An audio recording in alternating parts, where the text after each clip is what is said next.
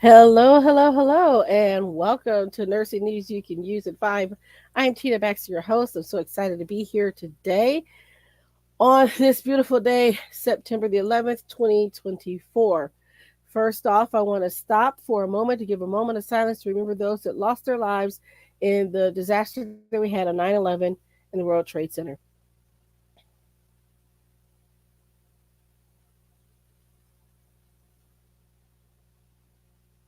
Thank you.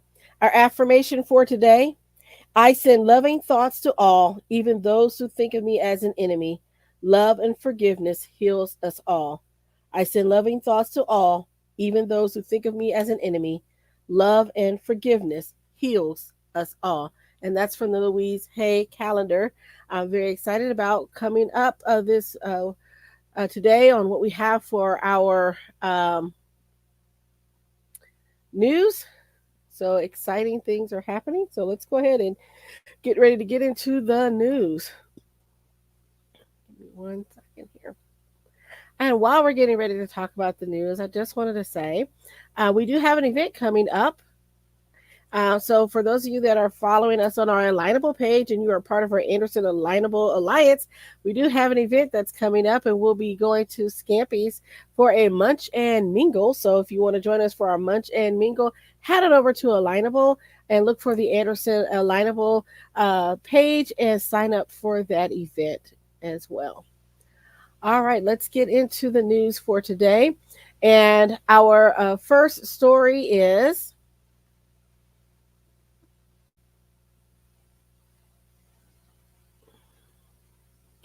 can't be on your game inside nursing home staff turnovers domino effect on surveys and acquisitions of distressed facilities. This is from Skilled Nursing News. An ongoing depletion of knowledgeable nursing staff at nursing homes, such as the minimum data set or MDS coordinators, is leading to errors and confusion with facility surveys and ratings. This, in turn, is impacting operations and the ability to acquire and improve distressed facilities. So, one of the roles of the MDS is to evaluate the patient and kind of what they do is that with the resident, it is for reimbursement, so it helps with the planning appropriate for the care and the levels of care that you need to assess for and to get reimbursed for the resident. And so, if you don't have someone who knows how to fill out that information appropriately, then you may not be getting the correct reimbursement. So let's get further into the story. It says a high turnover among those close to survey process is causing a process breakdown among nursing home operators, as newly hired MDS coordinators, for example, struggle to keep up while learning the RAI manual at the same time. Given this situation, as large operators seek to save and revamp nursing homes on the special focus facility list, they are urging the Centers for Medicare and Medicaid Services to provide some concessions um, to help them out. There's tremendous liability there, says Leah Klush, executive director of the Alliance Training Center. This person might have graduated to become an MDS coordinator or an administrator, but hasn't been managing claims and audits every day, she explained. Auditors and surveyors are walking into buildings where somebody says the MDS manager quit last week and they are brand new. They don't even have a manual yet. Turnover is so pervasive in the industry that it has impacted every facet of operations, including survey processes. Casidia Healthcare Chief Legal Officer and Executive VP of Corporate Affairs Steve LaForte told Skilled Nursing News. Recovery is still happening from a mass exodus of seasoned staff during the pandemic. Casidia operates 45 skilled nursing facilities across 5 states. In the last 4 years, and especially in 2021 and 2022, we saw a huge exodus generally. Turnover was just awful. Not having a sustainable workforce and not having retention creates imperfect milieus, which take away from quality. The team is not as strong, the culture is not as strong, and you can't be on your game. For Casadia, finally reducing or eliminating agency staff at its facilities has been an effective way to help address survey inconsistencies. Less agency staff has led to a stronger company culture, allowing Casadia team to have a lower than average turnover rates. So there are some issues with the survey. They said that there's an unforgiving nature of the survey process that doesn't take into account acquisitions for distressed properties. In fact, the survey process could be a disincentive to take on a SSF property, which is a special property um, that needs help if it comes on the heels of an acquisition. So, at the very least, there could be a time period baked into the SFF program, he said, where the new operator has some time to turn things around before a survey is done. I happen to agree with that. I mean, it's kind of hard to be taken over for someone, and then all of a sudden next week you have a survey. And especially if your MDS coordinators are new to their role, they're going to need some time. So I happen to agree that there needs to be something into the process to make it easier of a transition. But if you want to hear more about this story and really get into it and you're in skilled care, head on over to Skilled Nursing News. All right, let's go on to another nursing home news. This is coming out of Connecticut. This is the Connecticut Mirror, and it says Athena Nursing Home in Waterbury loses federal funding. Now, those of you who aren't familiar with healthcare, losing your federal funding in a nursing home is devastating, and it's often a very drastic measure. So it's not one that's taken lightly from CMS. So it says the federal agency that oversees long-term care has informed Athena Healthcare that it will no longer be getting federal Medicare funding for nearly 200 residents living at the Abbott Terrace Health Center in Waterbury. The Centers for Medicaid and Medicare Services notified state officials as well as Athena Tuesday evening that because of the facility's failure to meet Medicare's basic health and safety requirements, funding will be stopped as of September 10th for any new patients and within 30 days for all patients. So this is a big deal. Most facilities are funded by Medicare and Medicaid, and Medicare kind of picks up the cost where Medicaid pays the bare minimum. So Medicare kind of covers things like your rehab services and things like that. So a lot of facilities want to recoup that money that they get from Medicare. So losing your Medicare and Medicaid funding, devastating. The unprecedented step by federal officials, in effect, will close the 205-bed facility because most of its residents are Medicaid or Medicare recipients and not private payers. State officials said late Tuesday night they'll be working with the Long-Term Care Ombudsman Office to relocate residents. Involuntary termination of a provider agreement is generally a last resort for all other attempts to remedy the deficiencies at a facility have been exhausted, the CMS letter states. In this instance, CMS has found that Abbott Terrace Health Center is out of compliance with CMS's health and safety requirements. While we understand that the relocation of residents and patients can be challenging for all parties involved, CMS prioritized patient safety and care quality. So those of you who are in the industry know that this is an unusual step. Athena officials did not immediately return requests for comment, according to this report. It says the Department of Public Health Commissioner Manisha Janathy and Department of Social Services Commissioner Andrea Barton Reeves issued a joint statement Tuesday evening. Today's relatively unprecedented decision by CMS was not taken lightly and was necessitated by the repeated failures of Abbott Terrace owner and management team to prioritize the health and safety of its residents. The commissioner said that the announcement does not mean that Abbott's residents have lost their coverage. Residents will still be covered when they move to a facility that participates in the Medicare and Medicaid program. So it doesn't affect the resident in that they don't lose their Medicaid. What happens is that the facility can no longer take monies from Medicare and Medicaid. So it says our focus now turns to ensuring that Abbott Terrace owner and management use the next 30 days to assist residents with finding and transitioning to new living arrangements while also adhering to the regulations governing residents' health, safety, and well-being at the facility. So all I can say is something must have gone terribly wrong for them to take this step because, again, this is not something that they take lightly. DPH will have monitors at Abbott Terrace daily until the last resident has left the facility.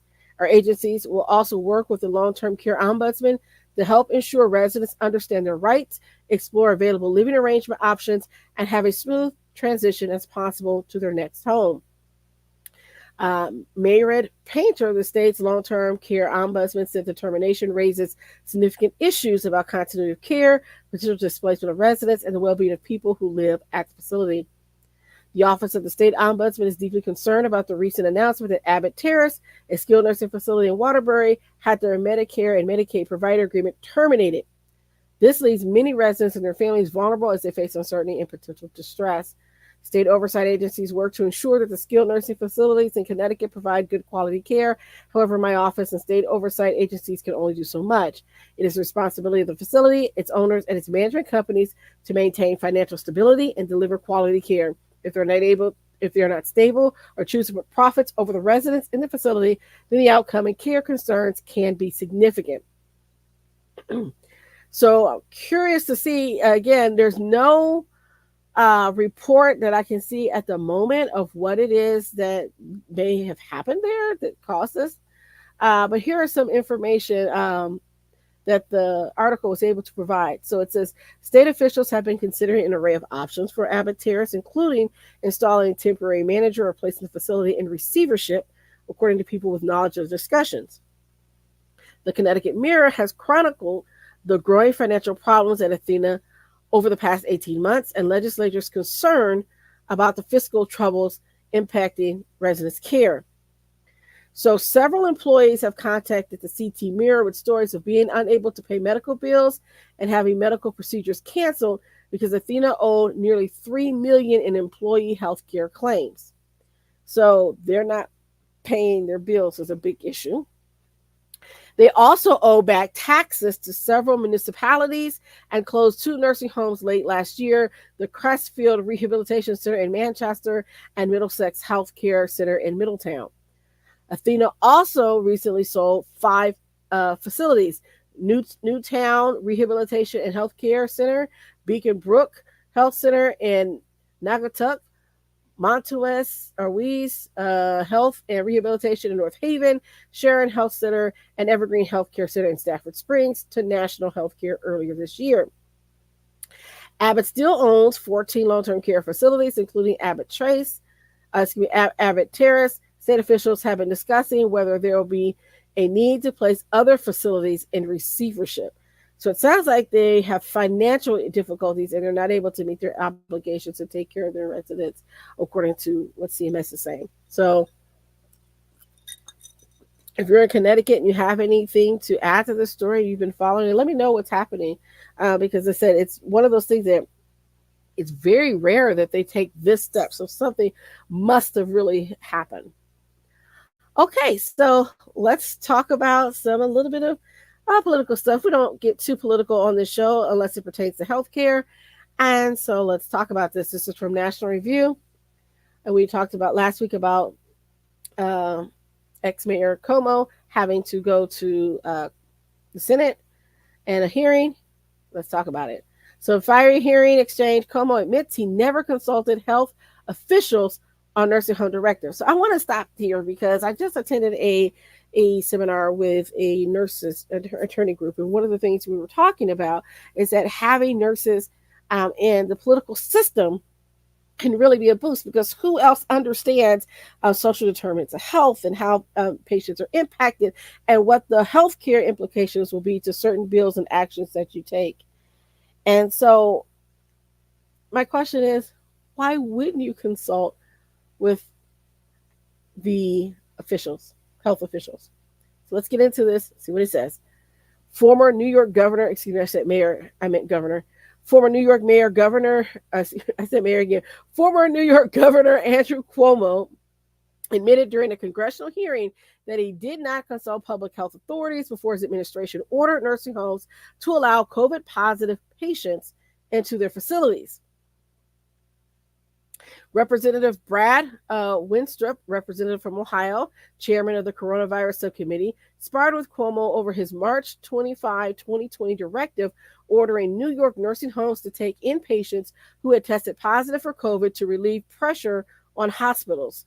The order arguably defied federal guidance instructing nursing homes not to admit COVID-positive patients unless they could follow the Centers for Disease Control's prescribed safety procedures.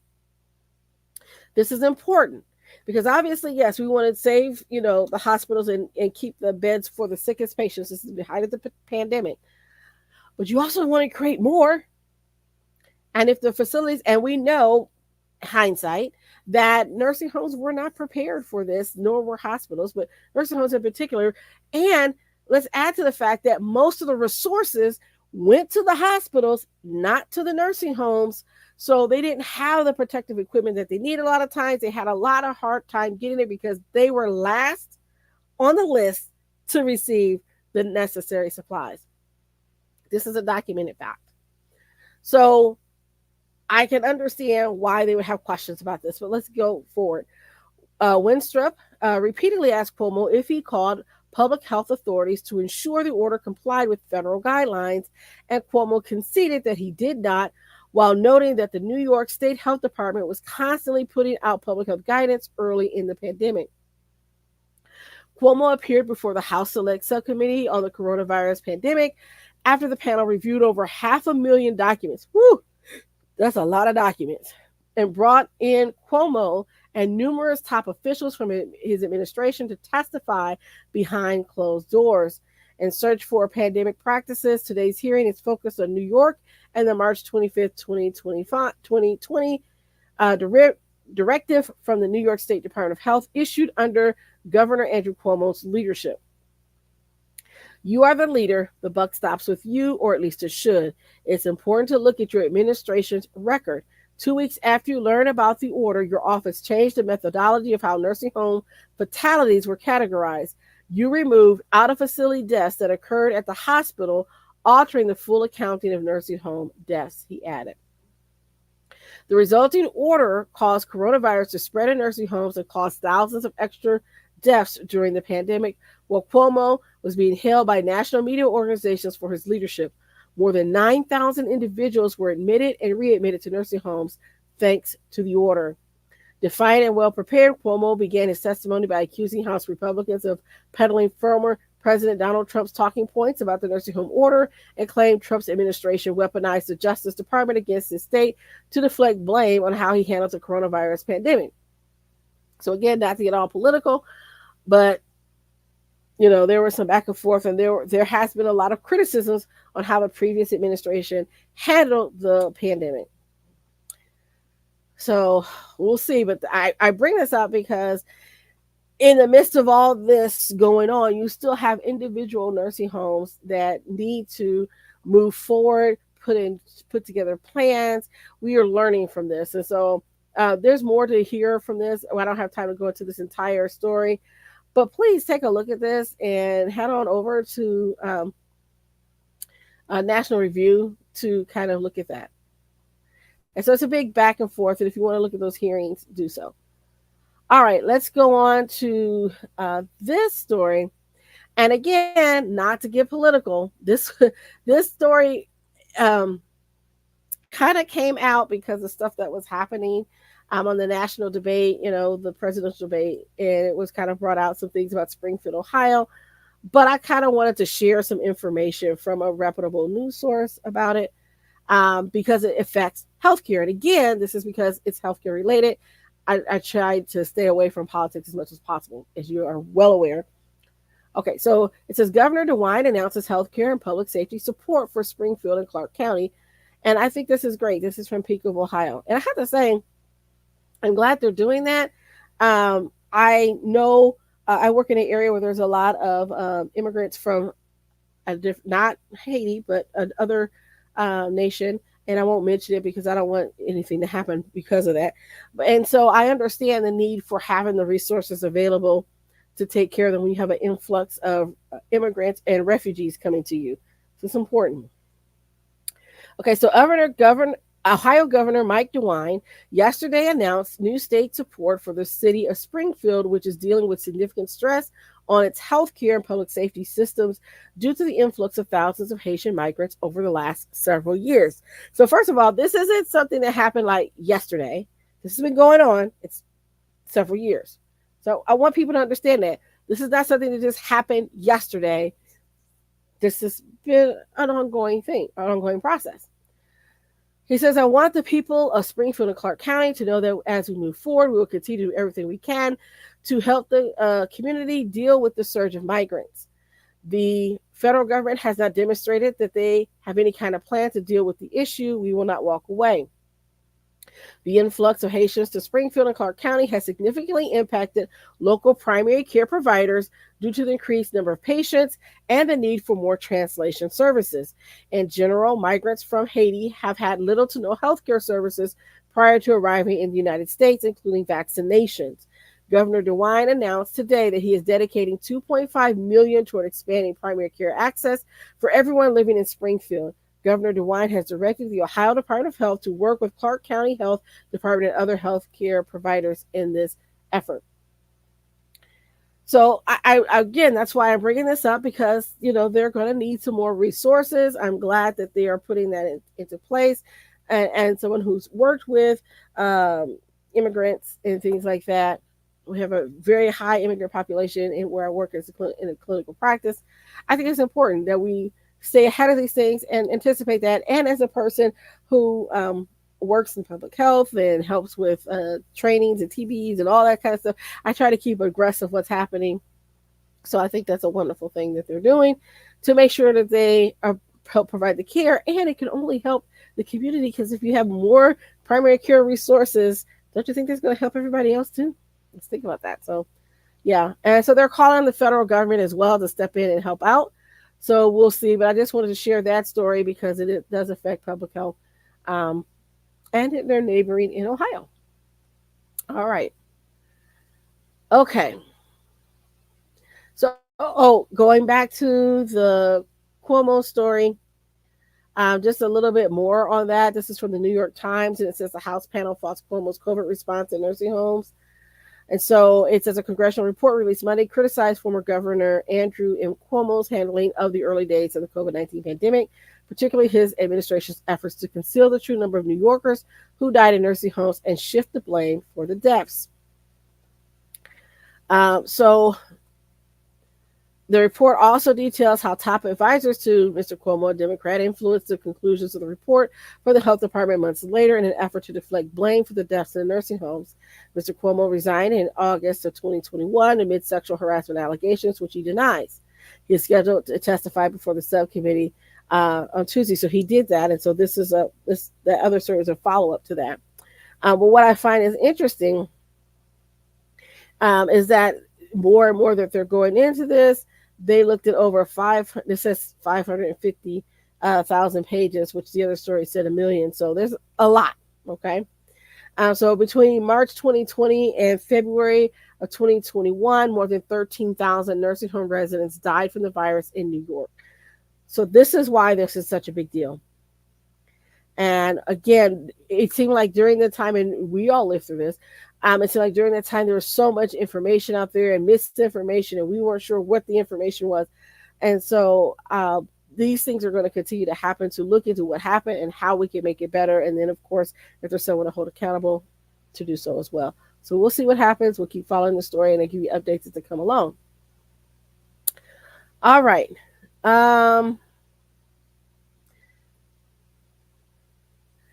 Here's a couple of more happier news, I should say. This is from Maine Public Radio, and this is Maine distributes $30 million in one-time payment to boost nursing facilities. Maine is distributing $30 million one-time payment to nursing facilities across the state to help cover staffing and operating expenses. The payments come as many facilities struggle with increased costs and a severe labor shortage. The funding comes from the state supplemental budget signed into law earlier this year. The money can be used to offset labor costs, capital expenses, and other needs. Angela Westhoff, president of the Maine Healthcare Association, said the money will also help with recruitment at a time when many nursing homes are struggling to attract and retain workers. This is definitely the worst labor shortage in over a decade that nursing homes have seen, and that there are 2 jobs for every available worker right now in Maine. She said, while the money is a crucial stoppage, the industry needs a more durable reform. I would say that the one-time payments are helpful. They certainly do not solve the chronic issues of underfunding, meaning that the Maine care reimbursement rates have not kept pace with the cost of providing care. Westhoff said nursing facilities are watching closely as the state updates its reimbursement formula Those new rules, once finalized, will go in effect in January. So if you're in Maine, you got a fusion of cash, but it's a one-time payment. Let's see what they do with their reimbursement. Okay. And one more story, and then we'll head over to our break. Minnesota nurse numbers improve while physician numbers decline. This is from WCCO News. A new workforce report from Minnesota Hospital Association shows a promising turnaround when it comes to nurse staffing levels. Since the pandemic, nurse vacancy rates have skyrocketed, but now signs of improvement. This annual report shows that we seem to be making a turnaround when it comes to our nursing workforce, said Rahul Karang, President and CEO of the Minnesota Hospital Association. At 2023, nurse vacancy rates were about 15%. That number has now dropped to 11%. However, the vacancy rates in nursing is still 3 times what we saw before the pandemic. The latest numbers are still a far cry from the 3% vacancy rate of 5 years ago. While the report does not pinpoint a specific cause for the improvement, it said that it coincides with the biggest rise in average nurse compensation in more than a decade. Not surprised. A report from Becker's Hospital Review shows Minnesota nurses make some of the best money in the country, only behind California when adjusted for cost of living. The MHA report notes that more hospitals are now allowing more flexible schedules for better work-life balance, but not every hiring metric is improving. I think for the physicians, there is great concern. Physician vacancies have actually increased from 12% in 2023 to 15% this year. Part of the reason is that they are retiring. Reports that on average 27% of physicians will be over 65 within the next decade. While physician jobs grew 9% nationwide, reports that they actually decreased in Minnesota at the same rate. Hiring for physicians right now is a 24/7 role. I hope that more high schoolers will choose healthcare as a career and as a calling. More physicians, more nurses, more pharmacists. We need you. All right, so that's from CBS News. Let's go on to our next story after we take a break. Poor staffing, stagnant wages, no work-life balance. Stop being eaten alive. Find your joy, strength, and happiness. Become the leader you are always meant to be. Nurse entrepreneurs are using their skills to launch successful businesses every day. Make your dreams come true. Join the Nurse Shark Academy and come feel the sun at thenurssharkacademy.biz.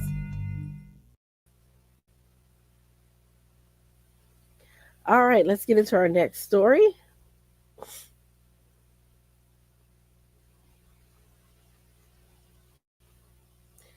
Okay, more about Steward Healthcare. I told you we're going to keep on this story. Massachusetts Nurses Association Steward nurses invited to testify at DC hearing examining the bankruptcy of Steward Healthcare and the impact of management's decisions on the delivery of patient care. Now, first of all, I'm excited about this because they actually included nurses in the discussion. Yes. The Massachusetts Nurses Association, which represents more than 2,800 registered nurses working in hospitals impacted by the Steward crisis, has announced that 2 of its members, Ellen McInnes, who works at St. Elizabeth Medical Center, and Audra Sprague from Neshoba Valley Medical Center in Ayer, have been invited to testify on Thursday at a joint hearing in Washington, D.C., hosted by the Health, Education, Labor, and Pensions Committee, or HELP, which is examining the impact of bankruptcy of Steward Healthcare and management's decisions on the delivery of patient care. McInnes, who has worked for more than 26 years at St. Elizabeth's Medical Center, will provide examples of how Steward's failure to provide adequate staffing levels, as well as its failure to provide staff with access to needed supplies and equipment at a number of their facilities, resulted in degraded patient care, the needless suffering for too many patients, as well as preventable patient deaths. Sprague, who has worked at Neshoba Valley Medical Center for 17 years, will describe how Steward's neglect and mismanagement led to the closure of the facility, depriving more than 15 communities and more than 150,000 residents of access to needed care and services. She will also detail her personal experience as the mother of a patient at the hospital and what it means for families to be cared for in an understaffed, unresourced environment. The testimony will all address the need for Stewart to be held for the harm it caused, as well as for greater oversight and regulation by both state and federal agencies of all private equity for-profit providers to protect patients and communities from future harm caused by operators that place their focus on profit margins over their mission of providing needed care to patients and communities. So we will see what happens and follow this story, and we're going to continue on what's happening with Stewart Healthcare until it is resolved.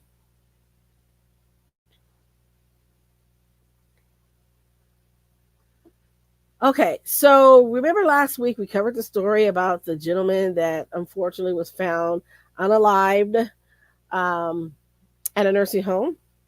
Well, there's more to the story. It says, before rotting body found, state ripped North Miami nursing home for nasty conditions.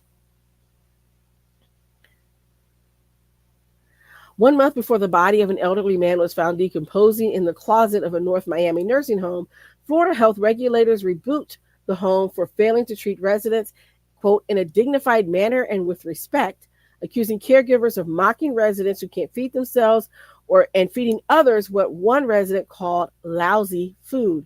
Conditions at the North Dade Nursing and Rehabilitation Center were considered so poor a year earlier that the state agency for healthcare administration designated residents in the home in immediate jeopardy of serious harm based upon the facility's inability to maintain proper infection control procedures. Last year, health regulators placed the home on the state's watch list of facilities that have failed to meet minimum standards of care. It appears the home remained on the list for 24 days for violating the state law governing the discharge of residents and their right to return if they wish. North Dade has been well known to state health administrators. In 2020, it was sold by disgraced nursing home mogul Philip S. Formes, who was convicted a year earlier in what was called the largest healthcare fraud scheme ever charged by the U.S. Justice Department. He was ordered to serve 20 years in a federal prison, but that sentence was commuted by President Donald Trump shortly before he left office. Okay, moving on. The new owner has been enveloped in scandal as well. Bent Phillipson, a controversial healthcare investor, bought the facility for almost $24 million, according to Miami-Dade property records. He also purchased at least 2 other assisted living facilities from the S. Formes family, Fairhaven and Harmony Health, the Real Deal previously reported. Okay, so Phillipson and his son have had ownership stakes in dozens of nursing homes across the country. In December of 2022, New York Attorney General Letitia James charged the pair and 10 others with diverting $22.6 million in Medicare and Medicaid funds meant for patient care at a nursing home they own in Woodbury, New York. We covered that story previously. So the same bad actors, okay? Interesting.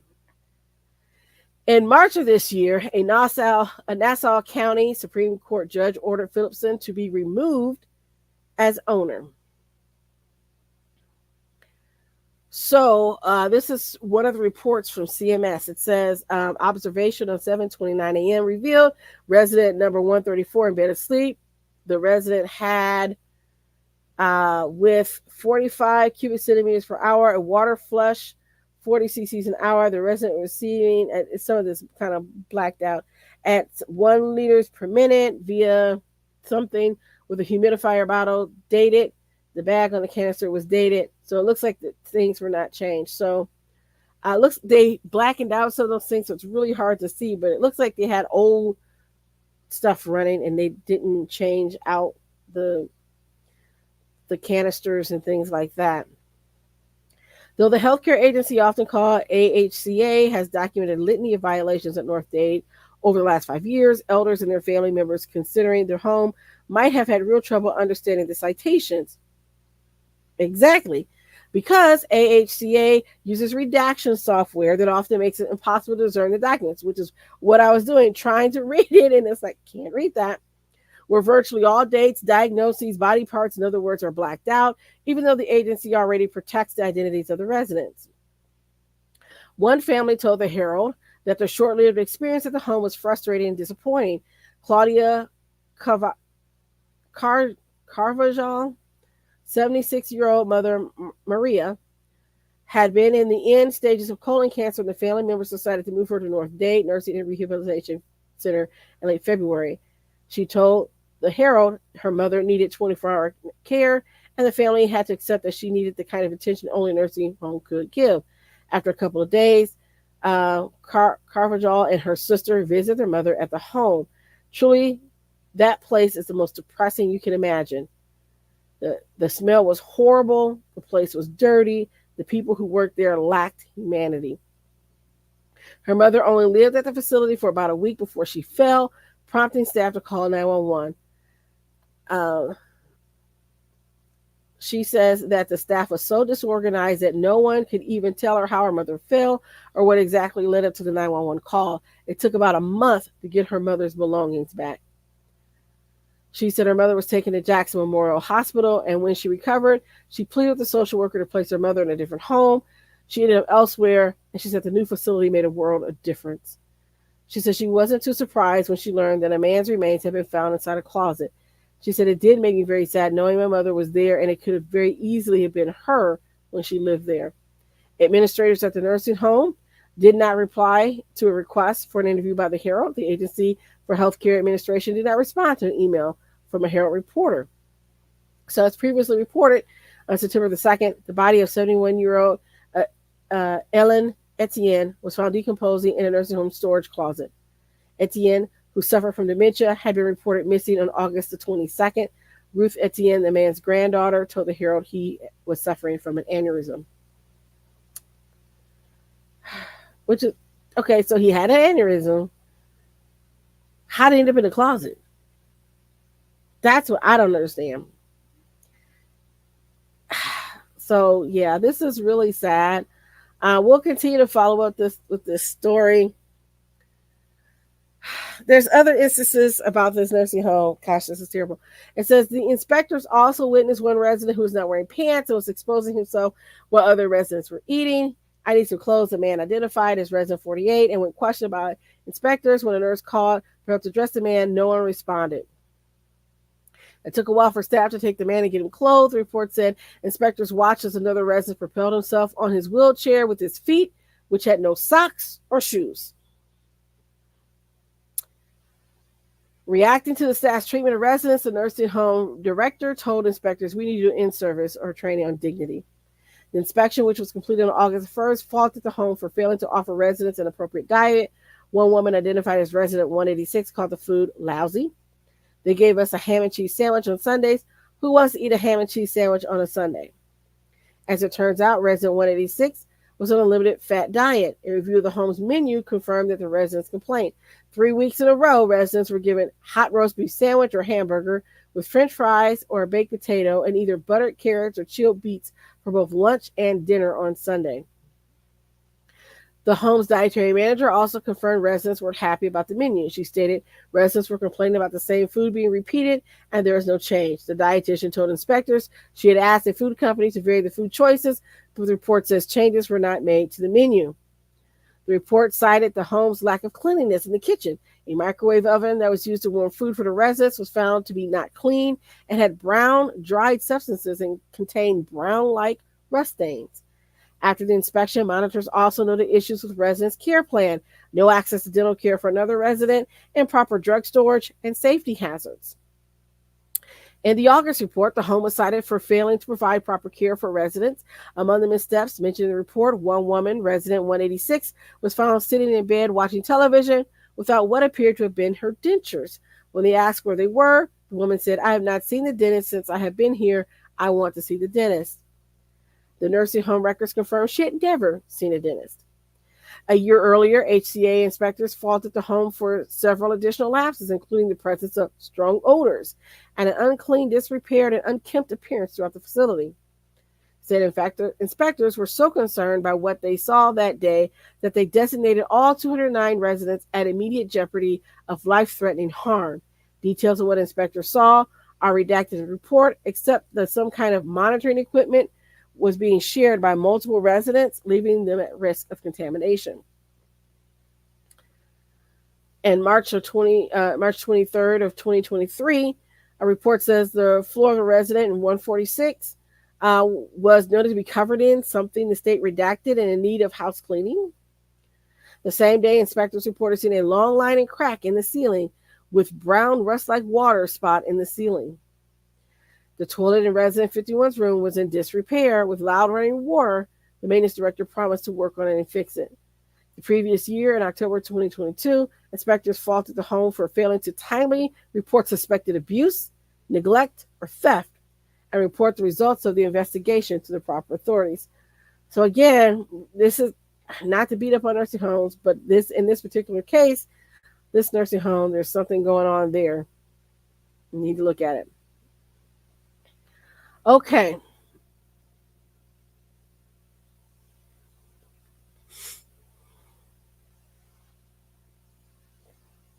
More on Steward Healthcare.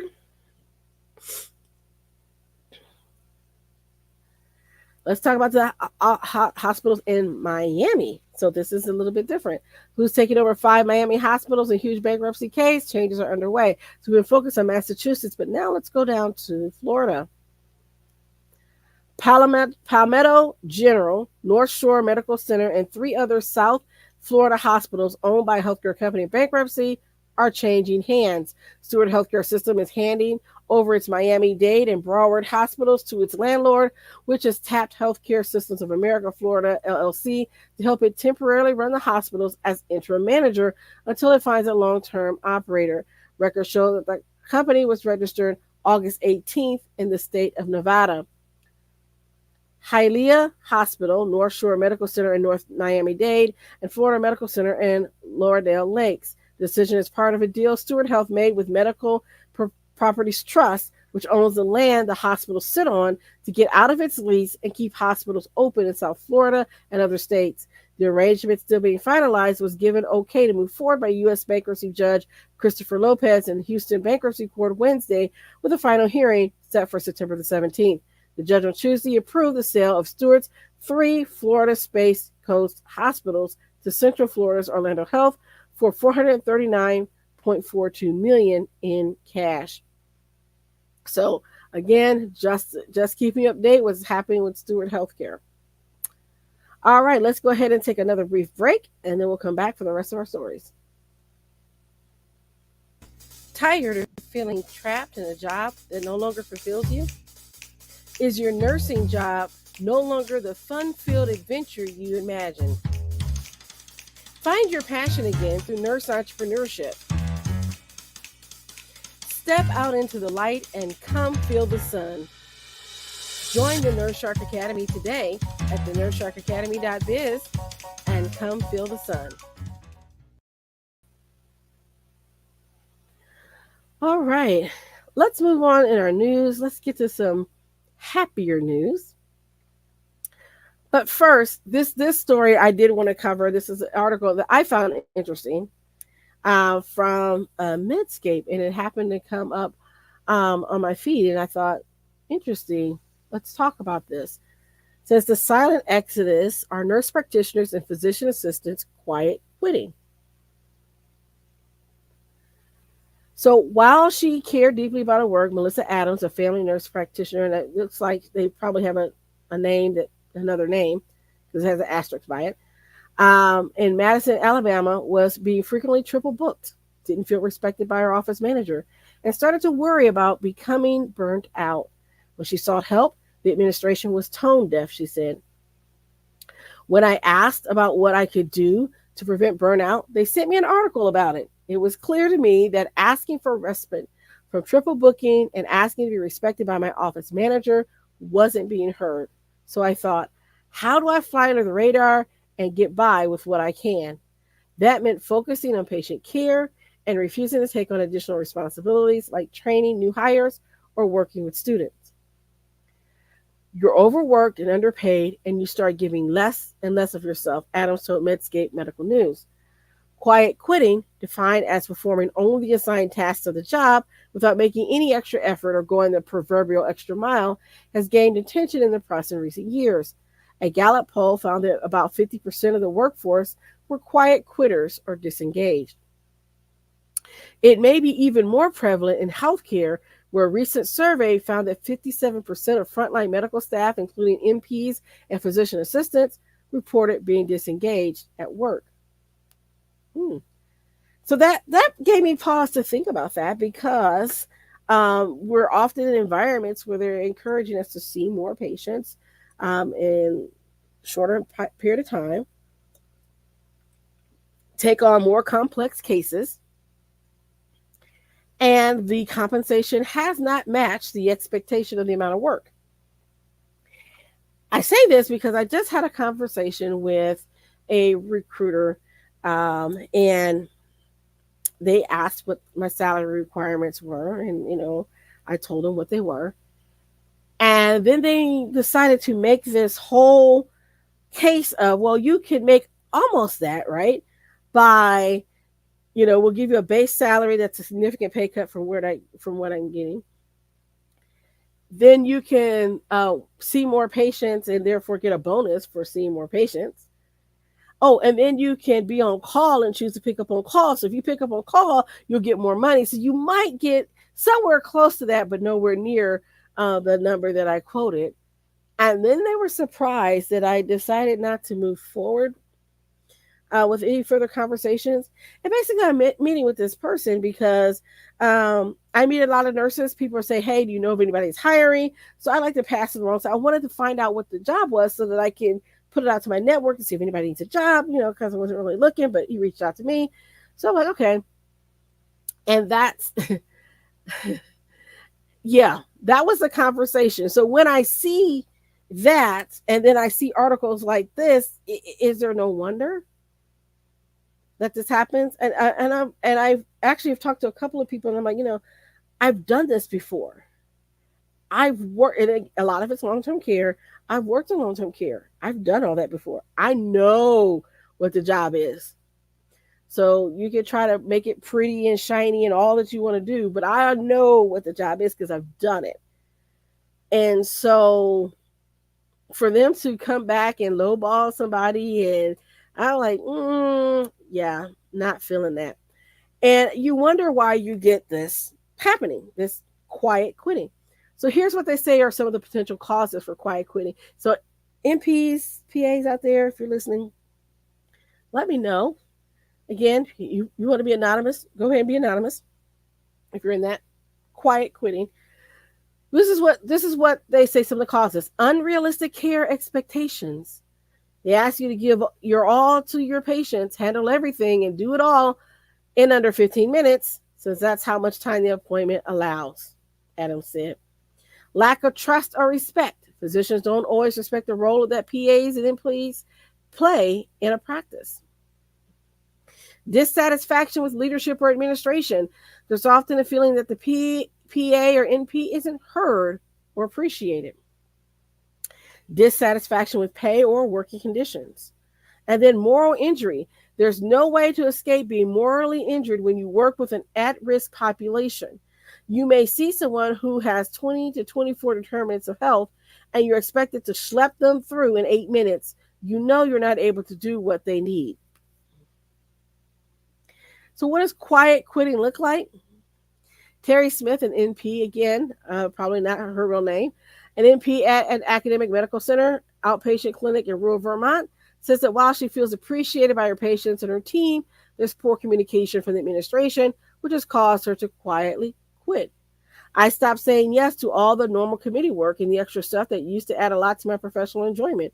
The last couple of years, my whole motto is to nod and smile when administration says to do something, to put your head down and take care of your patients. While the term quiet quitting may be new, the issue is not, said Bridget Roberts, PhD, a healthcare executive who ran a large physician groups of 100 healthcare providers in Jacksonville, Florida for a decade. Quiet quitting is a fancy title for employees who are completely disengaged. When they're on their way out, they check the box. That's not a new thing. Typically, the first thing you see is a lot of frustration in that they aren't able to complete the task that they have at hand, said Rebecca Day, a PMHP, PHNHP, a doctoral educated nurse practitioner, director of nurse practice at Federally Qualified Healthcare Center in Corbin, Kentucky. Staff may be overworked and not have enough time to do what's required of them with patient care, as well as paperwork required behind the scenes. Quiet quitting, is doing just enough to get by, but shortcutting as much as they can to try to save time.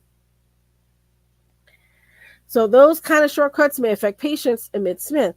I do think it starts to seep into patient care, and that really doesn't feel good at our institution. I'm not just an MP, I'm the nurse, the doctor, the secretary, I'm everybody. And for the last year, almost every single day in the clinic, I'm apologizing to a patient because we can't do something. Watching for this frustration can help alert administrators to MPs and PAs who may be checking out at work. Open lines of communications can help you address the issue. Ask questions like, what can we do differently to make your day easier? Said Roberts. Understanding the day-to-day issues MPs and PAs face at work can help in developing a plan to address disengagement. When Day sees quiet quitting in her practice, she talks with the advanced practice provider about what's causing the issue. Are you overworked? Are you understaffed? Are there problems at home? Do you feel like you're receiving inadequate pay? The first thing to do is address that and find mutual ground on the issues. Deal with the person as a person and then go back and deal with the person as an employee. If your staff isn't happy, your clinic isn't going to be productive. Finally, while reasons for quiet quitting may vary, cultivating a collaborative atmosphere where NPs and PAs feel appreciated and valued can help reduce the risk of quiet quitting. Get to know your advanced practice providers, said Adams. Understand their strengths and what they're about. It's not an us versus them. There's a lot more commonality when we approach it that way. Respect the integral role that NPs and PAs play in your practice can help reduce the risk for quiet quitting and help provide better patient care. And of course, as I said, all the names have been changed, which, yeah, I would.